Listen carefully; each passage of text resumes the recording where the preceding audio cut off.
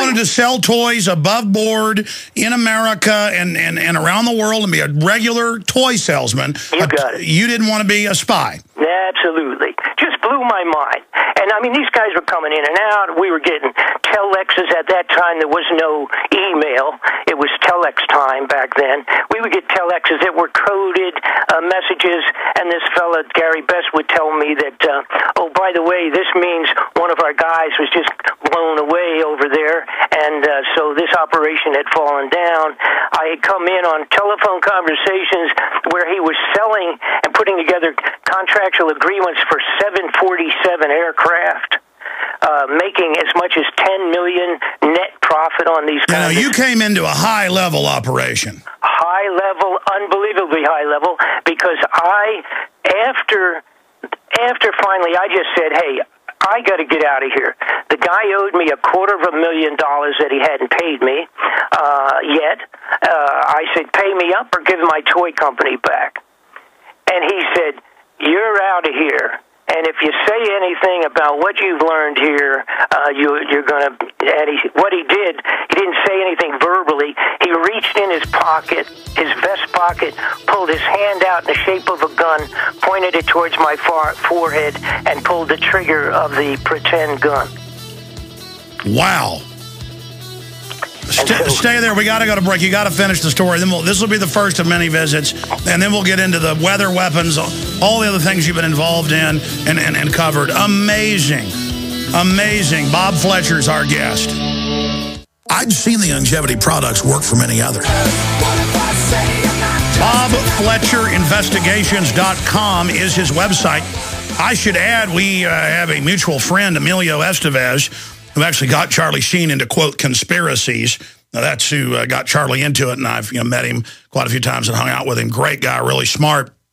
He was looking at doing a story of Bob Fletcher's life, and why I haven't ever had Bob on to now, I'm still marveling, but I don't want to burn the time up repeating that. Obviously, we'll catch up in the 17 years I haven't had him because he's such an interesting fella. Finishing up your story and abbreviating it, then we'll get into the weather weapons, all the other stuff you started discovering after that, since then, and what you think of what's happening today with Obama and all the big developments. Bob, please continue.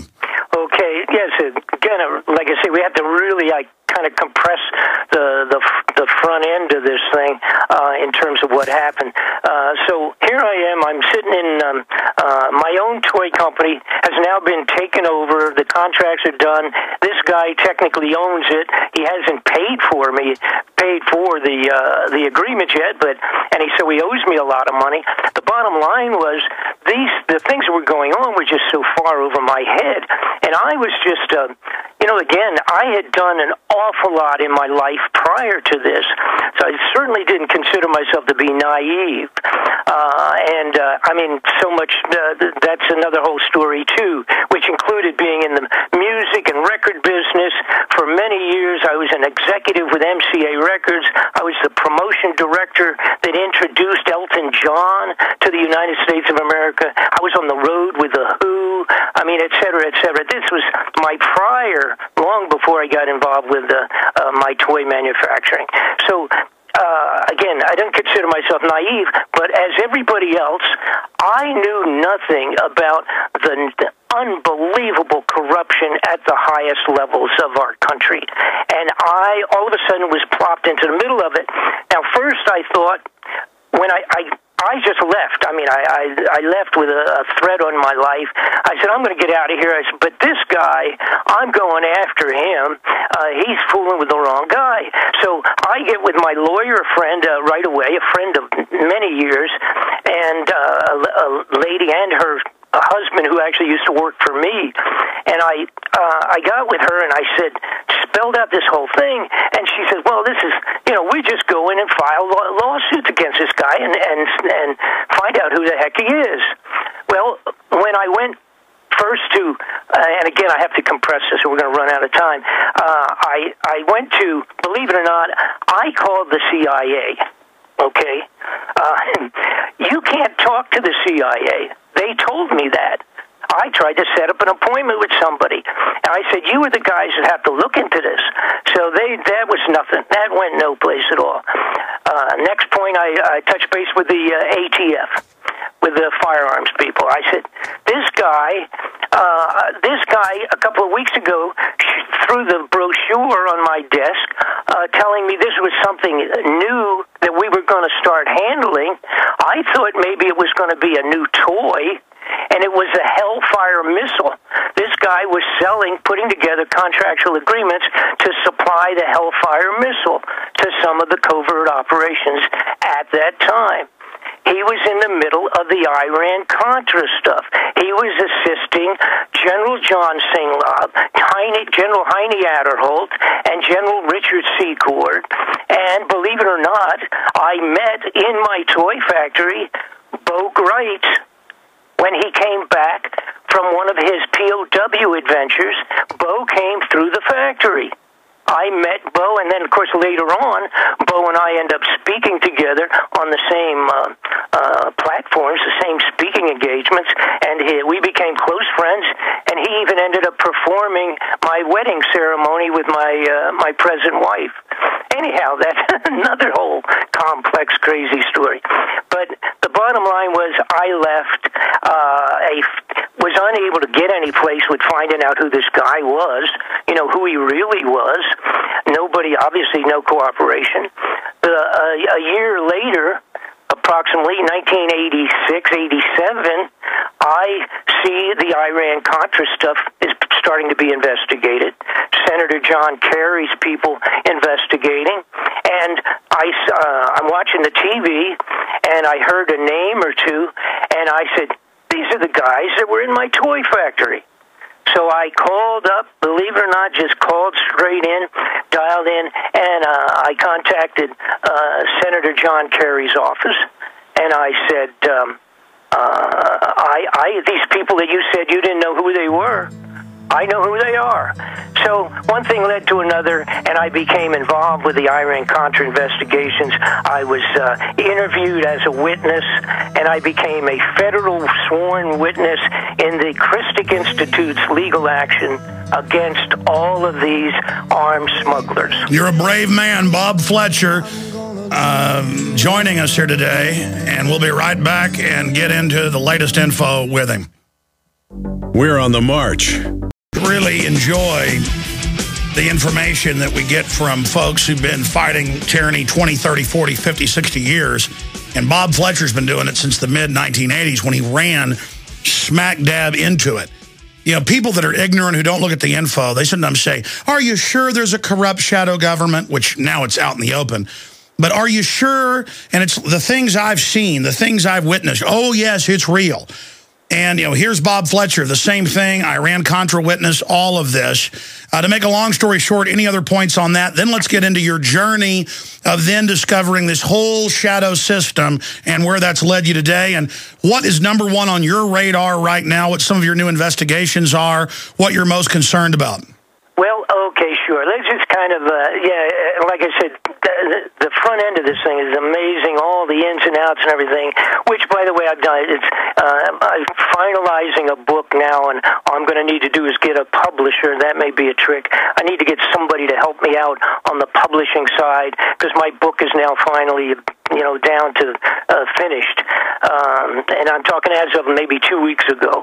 And the rough draft of that is what Emilio Estevez had looked at, and his initial statement was that it was the greatest thing that he had read in 5 years. But he vanished on me, and I'm not sure. I think maybe there were some names in the book that were maybe close friends to Martin Sheen and his father, or whatever. But I don't know what happened there. Dropping that off, though, I started chasing this. I realized that these guys were directly involved. This is 1987. They were directly involved with the Contra stuff. I started making contacts with the investigators there. Little by little, what was happening, how I morphed into doing all of the investigations, I was blown away every week, as you have been, by finding out who these people were, and finding out the same guys that did Air America during the war, way back in the Vietnam War, these were the guys that were doing and supplying covert weapons. They considered themselves suppliers of air, and what they meant by that was transportation, aircraft, helicopters, and that type of thing. But in the midst of this, of course, was the supplying of all of the weapons that go into all of the little tiny unrecognizable wars that we carry on over and over and over again worldwide. It's a very small group of guys that are always available, the same as there's a small group of assassins that are always available to remove problems from the scene. So a telephone call will come in, and a guy will pick it up, and they'll simply say, we've got a problem we got to solve, and these guys will go out and eliminate whoever it is that they want to eliminate, or they have to get weapons to an area.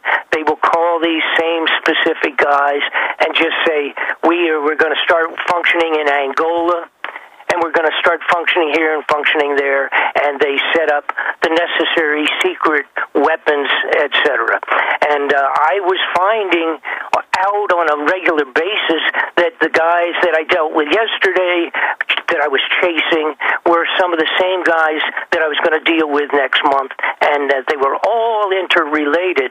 And it ended up that all of the investigations that I've done over the last 25, 30 years, I ended up being physically involved one way or interconnected one way or another with what I was looking into. And it all went back to these same characters that were in Bob Fletcher's toy company. And tell folks what happened to Sonny Bono. Sonny's situation was, during this period, again, from the 80s up through the 90s and up to the 2000s, I was involved with many inquiries that the Senate and the Congress were carrying out. I dealt with Dante Faisal as it related to the old October surprise inquiries. I supplied them with material that Barbara Honecker had given me after being unable to do anything. I was involved with that inquiry. I did do a thing on the JFK murder because I had gotten some actually footage from a Central Intelligence agent way back in the 80s. What was happening, my name was banging around in the corridors of the Congress and the Senate as somebody that knew this or knew these guys or knew what was going on. Sure, and they wanted to use you as a conduit to put stuff out because they knew you had the courage to do it. Right, and yes, that's right, absolutely. And also they were coming to me and saying, what do you know about this? Do any of your people fit this or fit that? I was even hired by Manuel Noriega's lawyers to do an investigative report for him. And what they were looking for was the connections between Manuel Noriega, after he was captured, the connections that he had previously had into the White House and other government levels. I did do that report. I was paid by the lawyers, but they ended up actually not doing anything because they were also in bed with some of the bad guys that I was reporting on. I was asked by Arlen Specter to do a report on the Oklahoma bombing, because when I testified before the United States Senate Intelligence Subcommittee... See, that's what's crazy. I forget to say I've seen you on C-SPAN. Folks, this sounds... all of this is true. I mean, Bob, I guess in 30 years of fighting tyranny, you have seen so much.